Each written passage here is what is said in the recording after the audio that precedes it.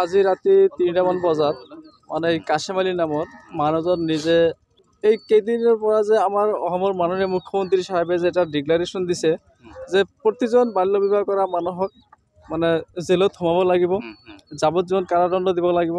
তেখেতৰ Android mobile আছে, সেই মোবাইলত নিউজটো পাইছে। কিন্তু তেখেত আজিৰ পৰা বহুত আগত 2011 চনত বিয়া কৰাইছে। তেখেতৰ হয়তো ঘৈণীয়েকৰ বয়স 18 বছৰৰ তলত আছিল, কিন্তু সেইটো ভাবিছে যে মোকো ধৰিব নেকি, সেইটো ভাবি তেওঁ ভয় পাইছে।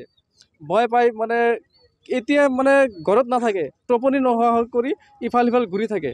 আৰু মানুহ যেতিয়া পায় তেতিয়া কৰে পুলিচ আহিব নেকি, মোক ধৰিব নেকি, মানে বুজনি দিছে। আপোনাৰতো বয়স 27 বছৰ হৈছে। এই যুৱকজনক আৰক্ষীয়ে গ্ৰেপ্তাৰ কৰিবলৈ তাৰ ঘৰত আহিছে নেকি? নাই নাই, অহা নাই। সি ভয় পাইছে, ভয় পাই তেখেতে আজি এনেকুৱা ঘটনা ঘটিলে। তেখেতৰ বাল্য বিবাহৰ কাৰণে মৃত্যু হৈছে।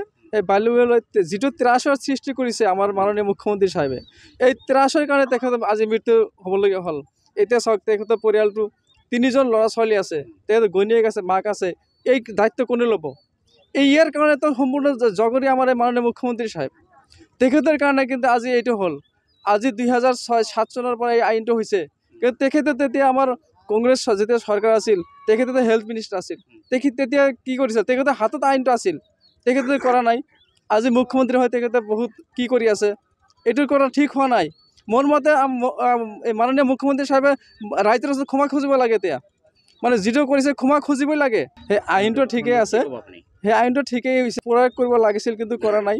কিন্তু মই ভাবিছোঁ যে 2023 চনৰ পৰা এইটো যদি কৰে যে বাল্য বিবাহ হ'ব নালাগে, কিন্তু বাল্য বিবাহ মানুহে যদি আমি আইন কৰোঁ, মানুহে সেইটো আইন মানিবই। কিন্তু এইটো এনেকুৱা নহয় যে মানুহ যিটো আগত হৈ গৈছে সেইখিনি দৰি সোমাই জেলত দিব লাগে, এইটো ঠিক হোৱা নাই। এতিয়া আৰক্ষী উপস্থিত হোৱা নাই। মই শুনিছোঁ খবৰটো দিয়া হৈছে, কিন্তু এতিয়ালৈকে অহাই নাই।